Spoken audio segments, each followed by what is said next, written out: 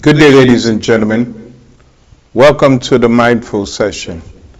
My name is Yanisa Kamara, and as always, it's a pleasure to be here with you.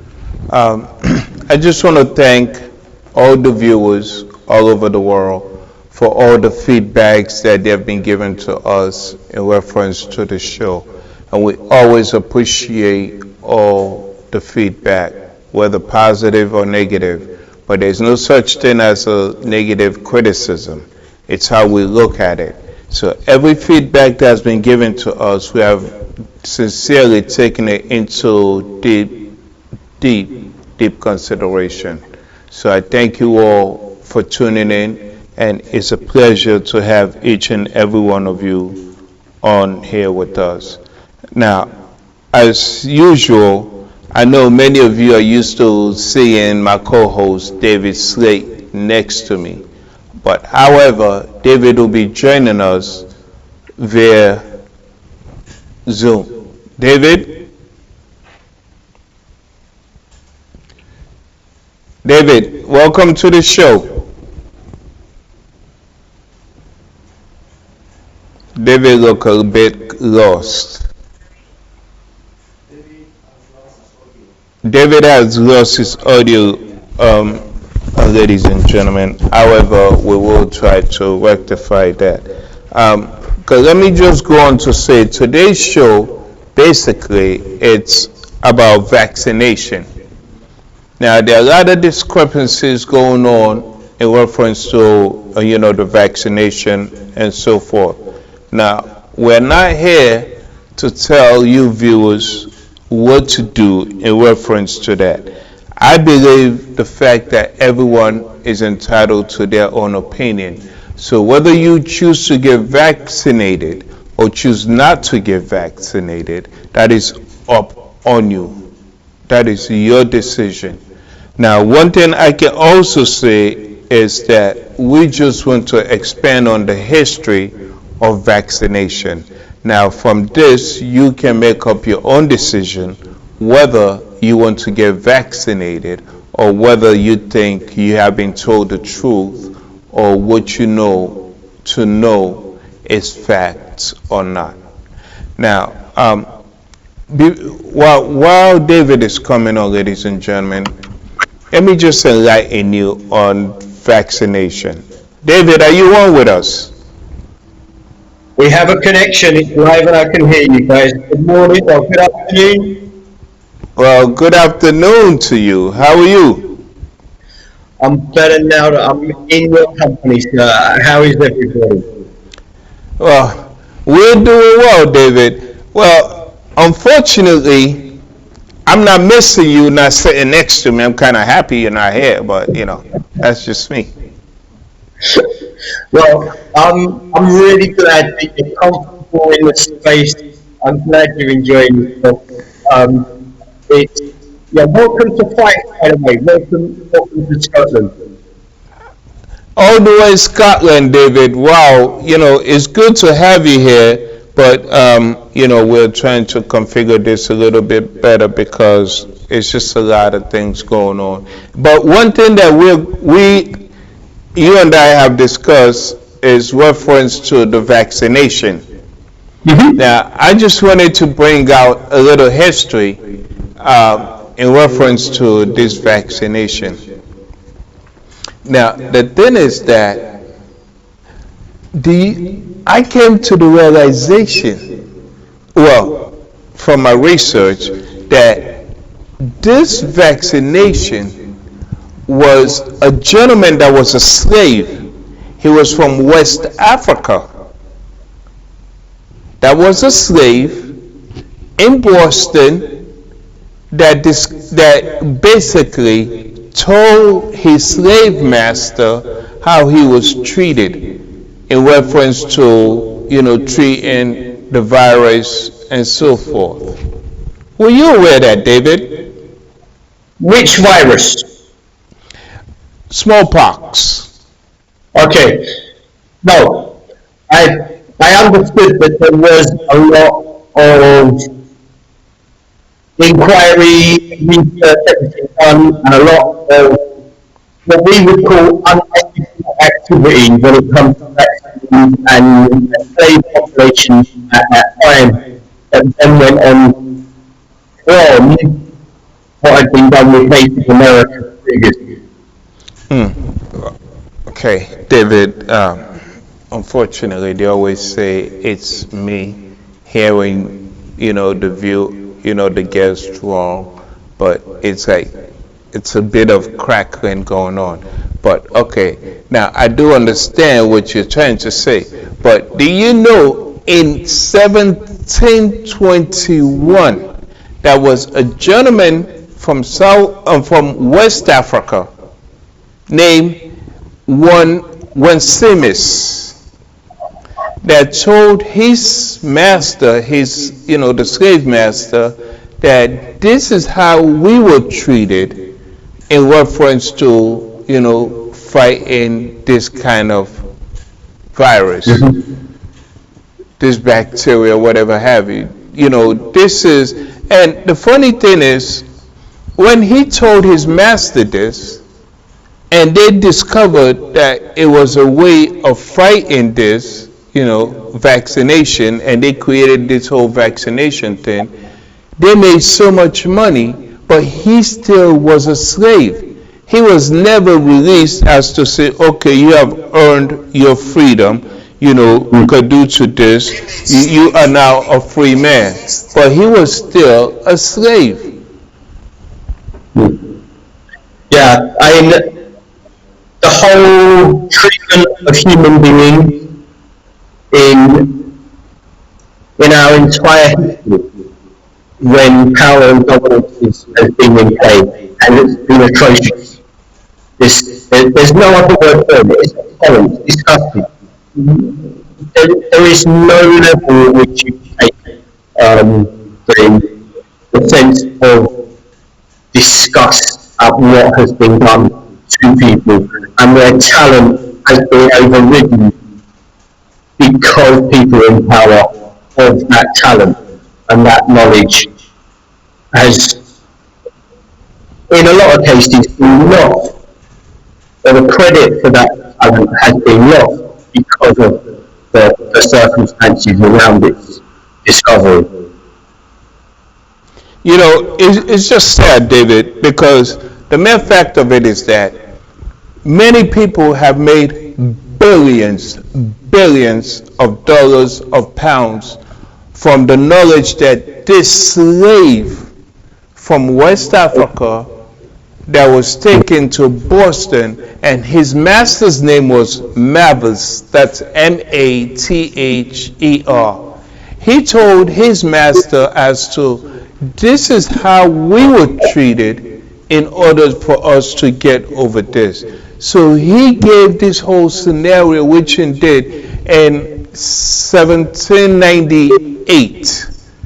A gentleman, another doctor by the name of Jensen, Edward Jensen, Dr. Jensen, decided that, well, you know what, we're going to perfect this, because a lot of the cow maids, which were women, got the virus, the illness from the cows, and they were vaccinated, because once you have it, you're able to fight that. So they never caught the smallpox.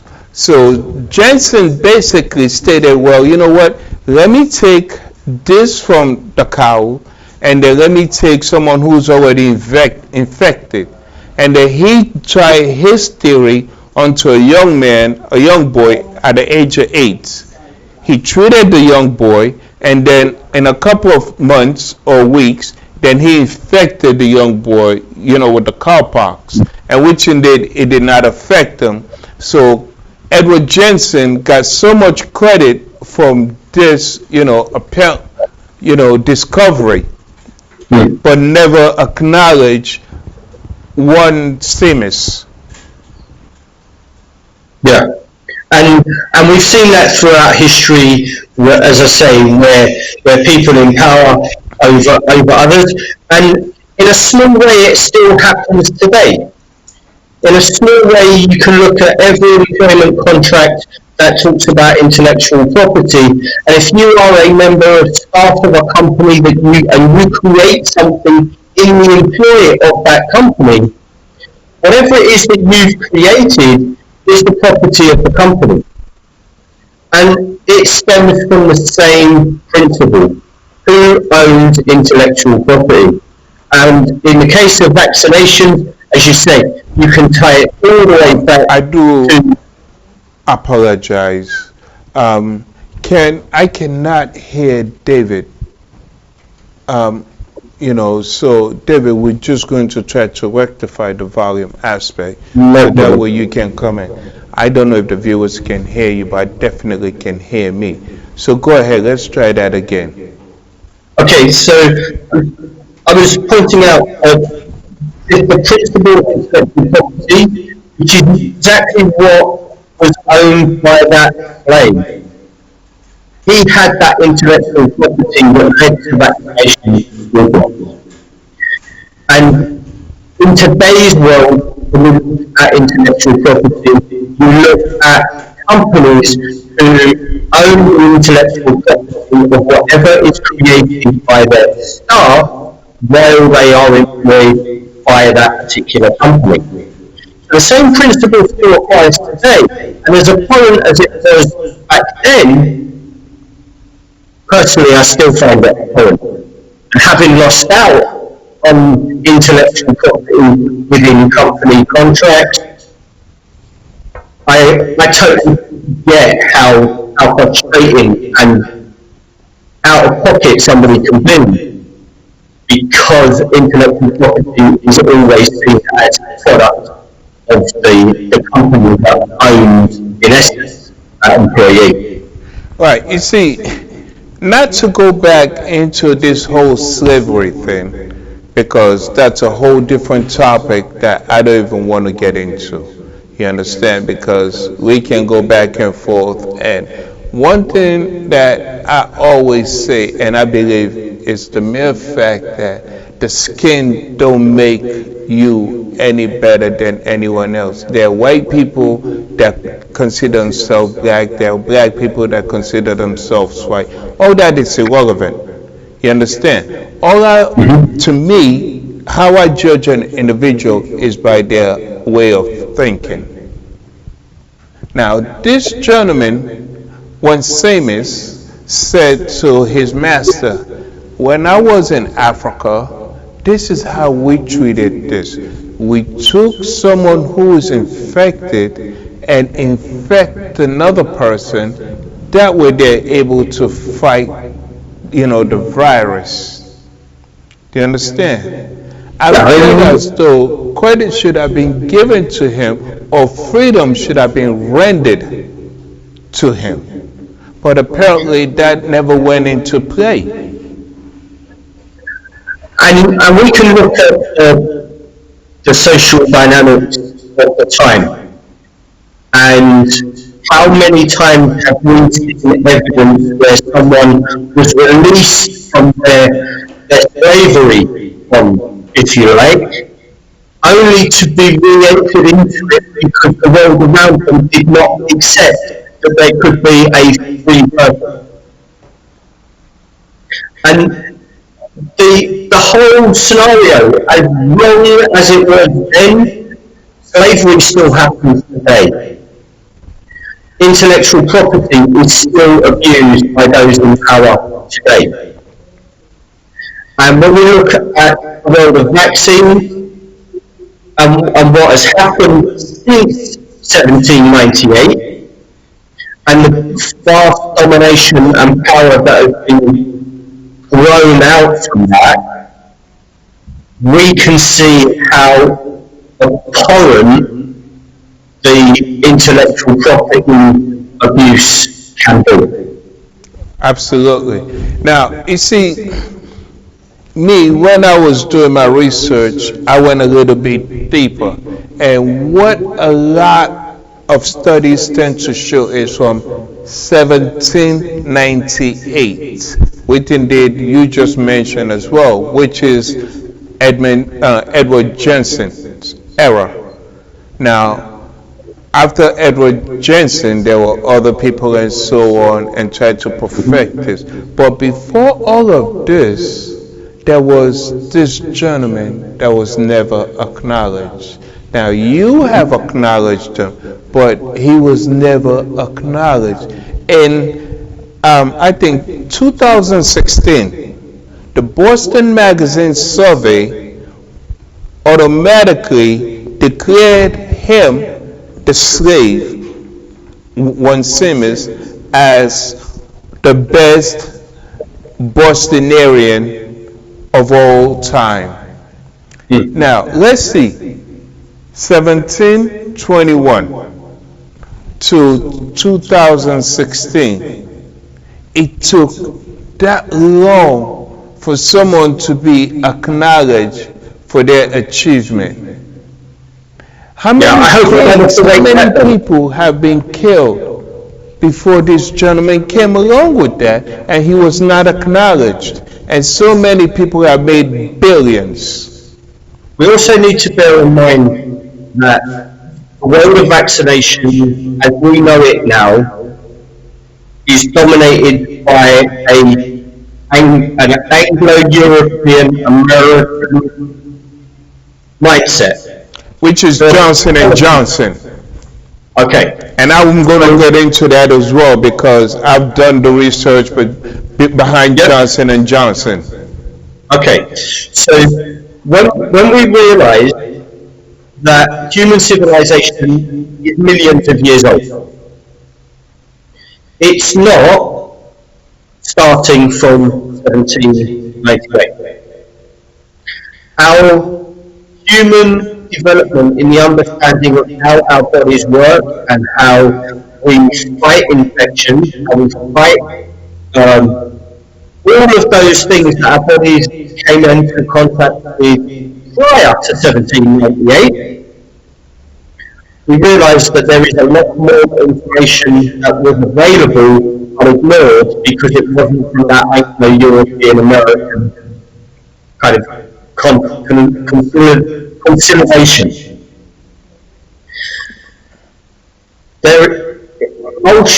Ultimately, cultures on this planet have been dealing with infections all the time. But our mindset since 1798 has been on that Anglo-European American approach from that point. But it was based on some to older cultures, older understanding, and older knowledge. See, David, the thing is, I do understand what you're saying. Now, if we go way back, okay, Asia and Africa were fighting this chicken pox. They were trying to find solutions to it.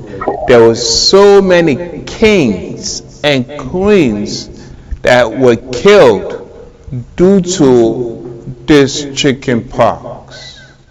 Now, that's when the slave trade was going on. This show is not about the slave trade. Definitely not. Because that's something I definitely don't want to dig into. But, you know, when I say I'm going to dig, I really dig. But the whole aspect of it is that, okay, all I'm saying is, let's forget all that.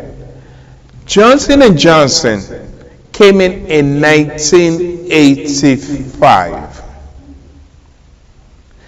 made billions of dollars, and I can give you numbers of how much they made because I had the opportunity to go in depth into their finances and their worth. But never did they indicate the actual root of all of this. Now, the thing is, in I think 1971 or so, they started immunizing a lot of people. Now, where you stand online, you get injected, that's due to Edward Jensen's discovery of taking, the virus from the cow. Now, vaccine actually VAC means what? Cow, doesn't it? And then, and sane means cowpox. So when it's put together, that's how they became with the word vaccine. So it's the cow and the vaccination aspect of it, the cowpox that was taken, the virus, and then, when they injected into people, so the immune system is able to fight the following bacteria, virus. So that's the whole aspect of it. Now, the thing that really irritated me was the fact that credit has not been given where credit is due. Now, credit is being given to the milkmaids that used to milk the cows. And because they got that virus from the cows, their immune system was able to fight any other every other virus.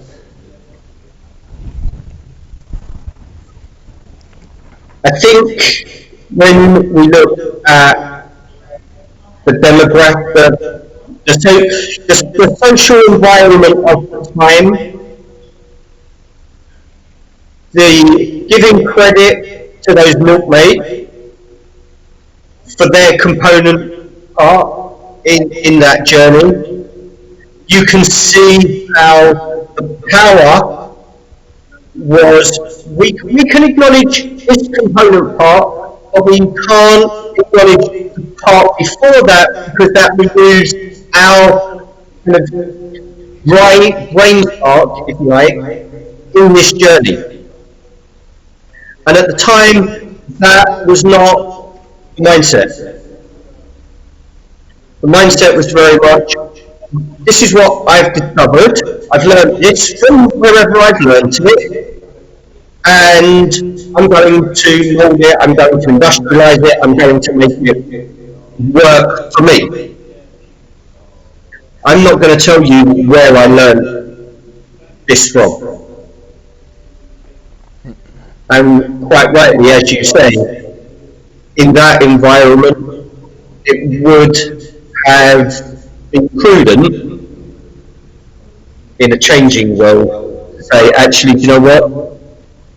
This is where this learning came from. Yeah. Now,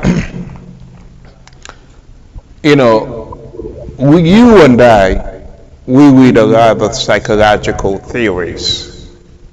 You and I tend to go in depth of, logical, let's say, thinking. How because theories are just thoughts. Now, my theory is this. Basically, this is my thought. I'm going to expand on my thought. But if I go in depth, I would tell you my thought relate to David Slade, who came out with this thought before me, but I just want to expand on his thought. You understand? So my whole thing is, with this vaccination, it should have been acknowledged along the path, so that way, one Simmons family could have been acknowledged or given credit in a form or another, because so many people have financially benefited from this. And while please go ahead. And this is where intellectual property becomes so important. Had that acknowledgement been given back in 1800, right? We've done it, we've tested it, we've worked it, we know this works. But let's acknowledge where it came from. In 1800, that would have revolutionized the entire way human existence and human engagement with people from the sub-Saharan Africa, the Caribbean islands, the Far East, all of that would have changed instantly because the perception that had been given for so many years before was that the Anglo-European mindset was the only one that mattered. Right. Do you So, know? I'm sorry. Go right ahead. no, no, no. I just wanted to expand. I'm not even going to quote this gentleman's name. He's another doctor that says this is an excellent idea. When Seamus came up with this, do you know he was taking off the history books? The only way you can find out about this gentleman is to go in depth into history. Now, because of the fact that he acknowledged a slave as a discoverer of such a life-saving strategy method, they basically removed him from the history books. And I'm trying to comprehend the whole concept of this. Now, please don't get me wrong. I do understand that everybody's trying to get credit. David, I discovered the phone. I don't know who Steve Jobs is, but my name is Unisa Camara. I made a phone. I want to expand on my technology. You understand? I do understand of human selfishness. Just for the record, Steve Jobs didn't come up with the first phone. I know Steve Jobs didn't, but I had to give credit to somebody. And Steve Jobs is a genius. He's a lunatic as well, because I did his research as well. So Steve Jobs is a genius of marketing, packaging, and client and customer interfacing, and that should never be taken away from you. yes. So now back to vaccination. I want to dig your brain, David. Don't leave me short. Now, I do understand that viruses have different threads, correct? You want to expand on that for us? Okay, so different viruses will have different biological genetic makeup, and will impact the human body in different ways and respond to the human body, the immune system, in various different ways. As the virus is an entity whose only purpose is to survive. Okay. Now, let's say, hypothetically, I have a virus, say thread C. Okay? I get vaccinated for another virus, which is thread A. Right? Excuse my ignorance, but what are the chances of thread A able to fight the virus C? Or how does it work? Because from my research, from my understanding, I have a whole different concept.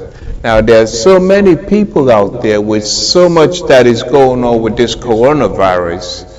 A lot of people are refusing to get the vaccination because of, social media plays a big part into playing with our mental being, our beliefs. Yeah. So we tend to follow. So just expand that a little bit. Okay, so the human body, when it receives a pathogen in the form of medication, it absorbs that, it will work with it invariably for whatever that medication is targeted. but it also adjusts the immune system. So it's a bit like giving your own immune system a steroid. And it can, in some cases, boost the immune system so it reduces the impact against other viruses. That doesn't mean that that first vaccine is going to fix the second virus or the alternate virus. It's about working with the human body and boosting the immune system so that it can cope. What we've seen with coronavirus and all coronaviruses, as we've learned over the last 6 months, this is not just one thing. This adapts, it mutates, and it mutates quicker than most medications can cope with or the human body can. Now, from my research, the first corona research started in the 1920s, after what became known as the Spanish flu. And it wiped out millions of people. And it wiped them out in 3 distinct phases. That does not mean that the virus did things in 3 phases. It's about the human interaction with the environment where the virus existed. So in phase 1, about 3 million people died. And we worked out that we best actually start looking after ourselves and do things differently. So we stopped moving around, we started wearing face masks, we started to restrict the way we engage with the world around us. And we saw that deaths came down, so we went back out. And that became known as the second wave, because that's when tens of millions of people died. And we stopped again. We was like, oh no, we can't do that, we've got to go back. And then there was a third wave in which about 5 million died. And we worked out that actually the virus didn't do anything different in that time span. Our interaction with the virus changed. That was the first known set of research around a coronavirus. And in the 100 years since then, we've come up with lemsip cold remedies, which are a medicated version of honey and lemon in hot water, and what is called a flu vaccine, which we know is not universal, and it doesn't prevent infection of flu, which is another type of coronavirus. C19, or COVID-19, is doing the very same thing that all coronaviruses do. It's trying to exist, and in order to exist, it needs our lungs. And while we allow it access to our lungs, it will do its job. If we reduce access to our lungs, it won't be able to do its job. So we have to make those choices about the risk that we perceive for ourselves and those around us. Because for the first time, we have a corona-type virus that is not presenting symptoms while it's doing its job. Okay. I do understand the mutations and everything, the whole aspect. I do understand what you're saying. Now, let's just do a little backtrack. Please forgive me if you feel as though I'm, out of instinct, but let's just rewind a little bit. 1721, this gentleman, a slave, brought to America, Boston, and then he see people dying, told them this is how it's treated in Africa to fight this, Mhm. and then he saved a lot of life.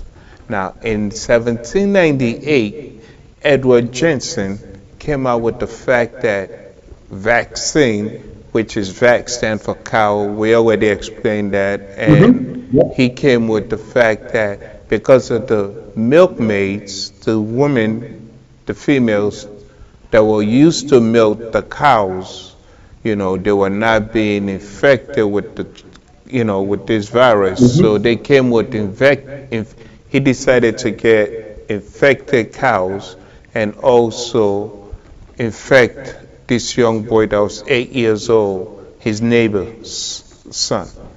Now, we do understand that. Now, coming up to speed, in 1985, Johnson and Johnson came up with this whole, oh yeah, we have discovered this, never giving credit to Johnson. Now there were a lot of, other, predecessors behind Johnson and so forth.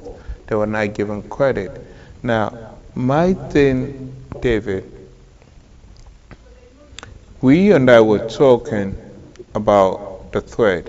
Now, there's also this thing, since you touch upon it, the COVID-19, the vaccination of COVID-19.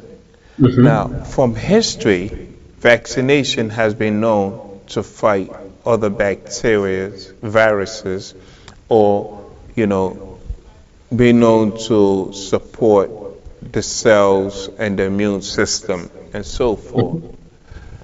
People are saying now vaccination is not good. What is your feedback on that? Because I know you're laughing, but a lot of I'm people. I'm smiling because this is such a conversation of our time. In the last 20 years, I the do idea. apologize, David. Let me just bring up to speed. Ladies and Sorry. gentlemen, I normally always check up on the chat and what's going on during the show, but I will indicate to you when I will check up on it, but definitely after the show, I will catch up. But right now, I want David to have my full undivided attention, and we will respond after the show or before I interrupt David. I will give an indication that I will respond, but we appreciate all your feedback and your responses. David, I do apologize. Please continue. No worries. So, with the rise of social media, we've seen a decrease in the value of knowledge over opinion. So, someone's opinion has, over the last 30 years, become accepted as fact without deeper inspection, research, or understanding. And we've seen that in the rise of populism in politics, in companies, in marketing, right across the board. So when it comes to vaccines, which is such a life and death subject, being given the same credence based on opinion without fact, without research, and without personal investigation sometimes, I think we're in a very, very dangerous place. Vaccinations have been proven for 300 years to be an amazingly positive factor in the development of our species and the protection against viruses and diseases. When we get to a point where the opinion of somebody saying, no, don't like it, it's chemicals going in the body, and therefore it does all of this other stuff that can never be quantified, and that becomes as credible as the scientific research that goes into this is what this vaccination can do, or what this medication can do, then I think we are putting ourselves at risk, our children at risk, and those around us and around our children at risk. Okay, so David, hypothetically, so if I come to you, I said, David, this is what I'm hearing in social media.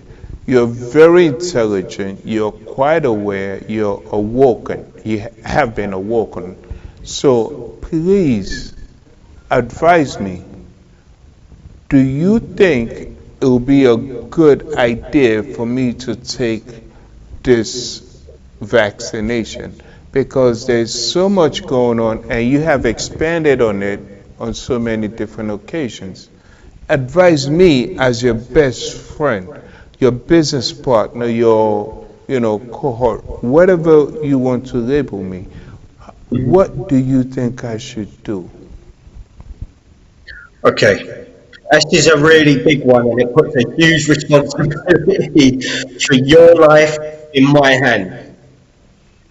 Of course. I have said to absolutely everybody that there has been 100 years of research on coronaviruses, and in that time, the best minds in the business have come up with cold remedies that replicate holistic remedies, and a flu vaccine which is not universal and is not as successful as the tag a vaccine would indicate. My instinct is that the drive now to find a vaccine will take years, not a few months. What we may find, and what I hope to be wrong on, I really truly do hope to be wrong on, is that we find something that boosts our immune system sufficiently to take the edge off of coronavirus.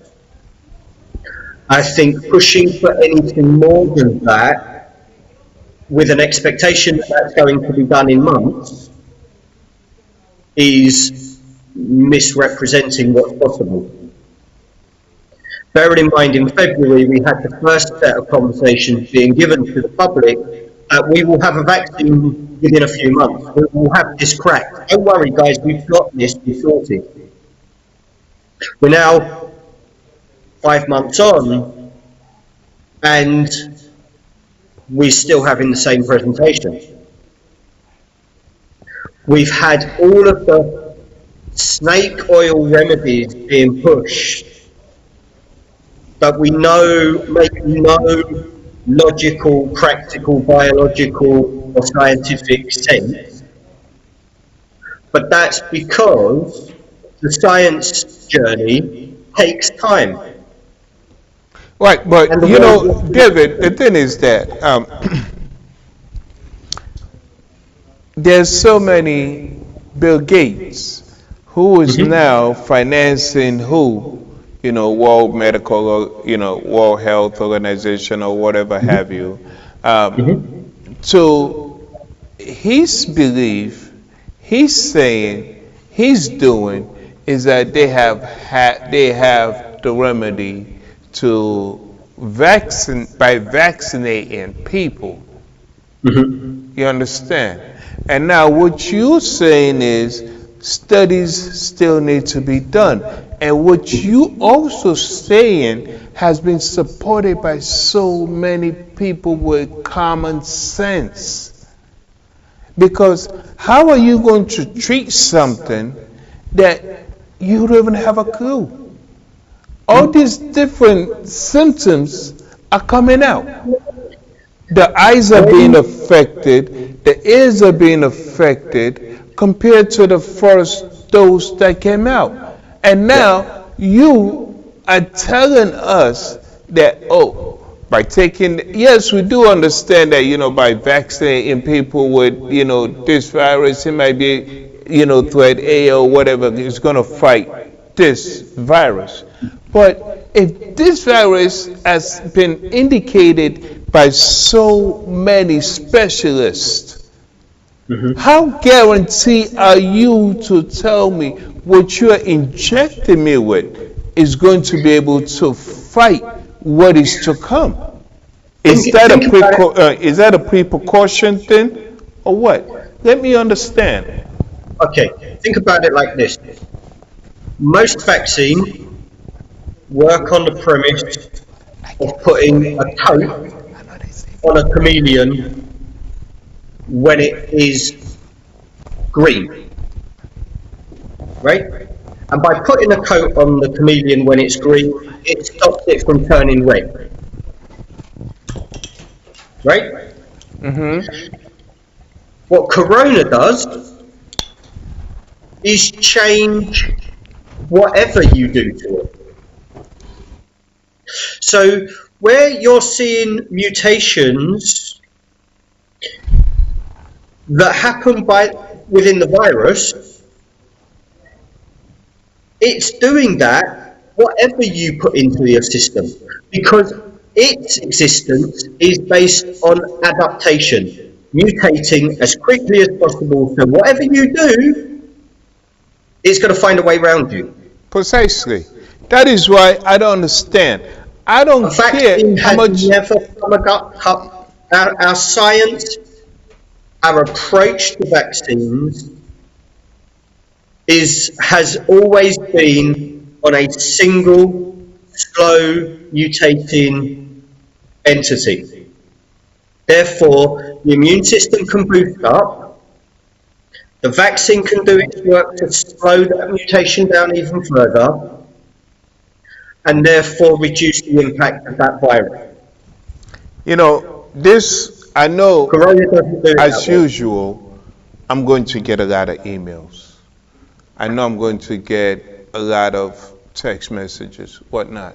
But not to be racial or judgmental, but Africa has been known to have so many natural kills. Now, Africans usually don't use a lot of chemicals into their mental being. It's called herbal healing. And I did a little research on that as well, David. And what I've come up with, it's like there's so many people out there doing this. Now, this gentleman that came in 1721 and said, this is how we in West Africa kill people that have this virus, is this way. And when his master, Mathers, put this in play, he see it was very effective. And they utilized that method without giving them credit. Now, not to say take anything from the Western civilization with the scientific studies or their neural studies or their psychological studies or their physical studies, not to take credit from it. But if we go back into the day where Africa was Africa, everything they utilized was of natural herb. And those herbs that God presented to us, I know you're doing into all of this, but that was presented to us, that we're able, because the earth is supposed to what? Give us comfort, heal us. Not all these chemicals. So that is what they utilized in Africa back then, and which some people are still utilizing. Yeah, and there is a lot to be said for that knowledge and that understanding of the natural world and how it interlinks with the human body. Because ultimately, we are part of the natural world. We are animals. We are connected, and we get those benefits when we understand what it is that we do. Just like if we go and eat a poisonous mushroom, it's going to have a poisonous impact on us. But it's not poisonous as a mushroom. Poisonous to us because our immune system can't deal with what that mushroom does. In the rest of the mushroom world, they don't sit around and go, well, that mushroom's poisonous, we don't like that one. It's about what it does to us. And it's about understanding that not all knowledge is being utilised because of the journey that we have gone down as a species. Can I say this? People fear what they don't know. Of course. And that is the Western civilization. Well, Yes. because we have not done a study behind this mushroom, oh, it's poisonous. So until we study it, we're not going to use it. And Yeah. even though we see it working, but we are not going to put it into effect into Yeah. our civilization, into our world. Yeah. I don't care how many Look at the people are ranking. dying, but we are not going to do it. And which indeed is ludicrous.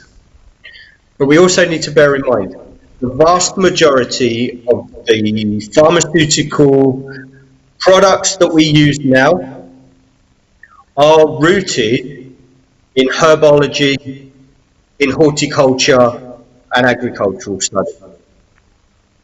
So there is a root into the ground, if you like. We are using chemicals, or we are forming chemicals that are either based from the natural world or rooted in the natural world. What we're not doing is actually being open to the fact that we are dealing with something that our science has not faced before. Okay. Now, We face mutation. I'm not knocking that, and there are people that are a lot more educated and a lot more qualified than I am that can speak about it. And I can only speak about the research that I've done and the conversations that I've had with people in those fields.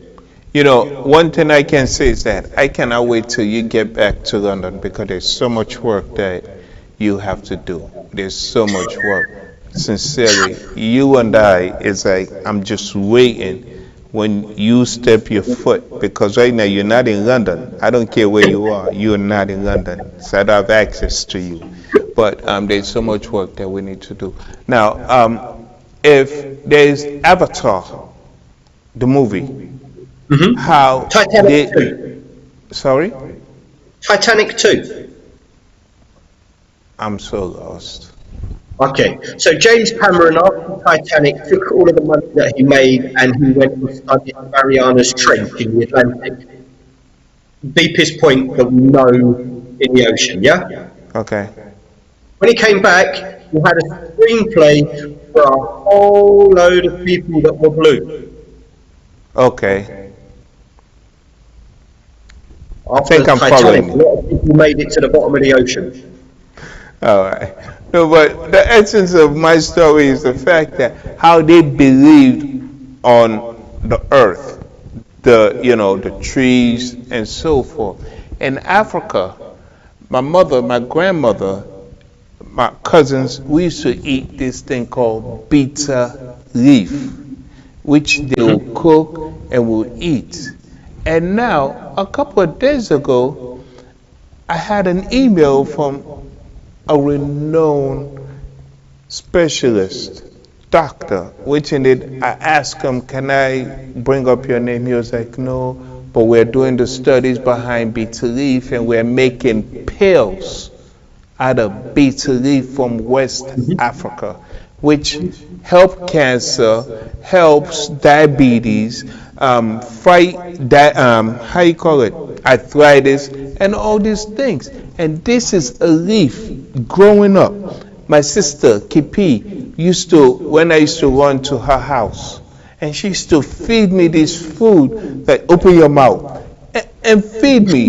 And this now is coming to the Western civilization as this herb or this medication that can help people, and they're about to make billions of dollars out of something that we give to our children, our brothers, our sisters for free. Everything I think God has given to us, but the Western world, without having chemicals inserted into this, they say it's no good. I'm not a doctor. Please, no one gets me wrong. I'm not going to say anything negative about the medical aspect, because when it comes to on the psychological aspect, David, you know we go back and forth. But when it comes to this, I can say I really don't do medication. My family will tell you, I always say there's a side effect to this. So I rather get things from Africa and I would put it into my body. Besides that, you need to don't get sick. And there are 101 million variables that will kick into play in any one of those chemical side effects. And quantifying those is nigh impossible. But what we do know is that when the human body is balanced and our intake, the foods that we put into our system, they have an impact. You know, it was not that long ago that we started being told about the power of blueberries to detoxify the system, and all of these superfoods that we were all of a sudden being told about. They weren't new foods. It was just that we were starting to actually understand the benefit outside of the chemical input. All right. David, you know, this is quite an interesting conversation, but we need to continue this and we will do a part two. But right now, I just need to make sure you get home safely, but we need to come to an end. So please, you have 30 seconds to say your goodbyes. Wherever you are, have a great week, stay safe, and please, if you are taking medication and you are being supported by a medical professional, please stick to their advice. Do not just cut your medication because of whatever you've heard on social media. Always consult with someone that's gone through the process and understands the impacts. Take care of yourself, take care of each other. Stay safe. Thank you, David. As we come to a show, it's always a pleasure, and we want to thank every one of you for tuning in. We want to say we put this show together to be able to support you to the best of our ability. We appreciate you watching. Always do your research. Do diligence. Don't just go by what you see on social media or what you hear. Learning, education, educate yourself, and that way you'll be able to manifest yourself in a better format. I thank you all for watching. Have a blessed week. Happy birthday, Mom. Oh, my mother's birthday was on the 18th. Happy birthday, Mom. I love you. Happy birthday, Mom. David, she don't like you. She loves me.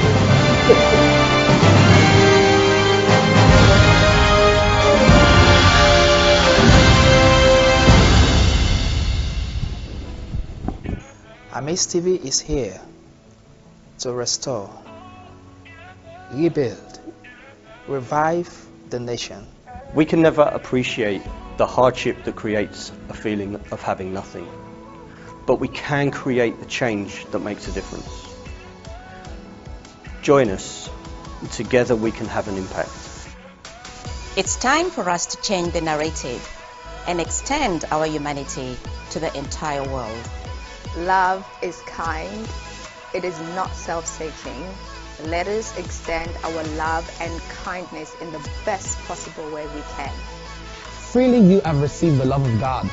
Freely give back to society. Extend a blessing to someone out there. One can chase 1,000, but two can chase 10,000. We believe in our communities and we believe in our youths. Let's work together, make a difference. Our world needs you to be a part of a revolutionary change. United we stand, divided we fall. Give love. Show love. Hashtag Give love, show love.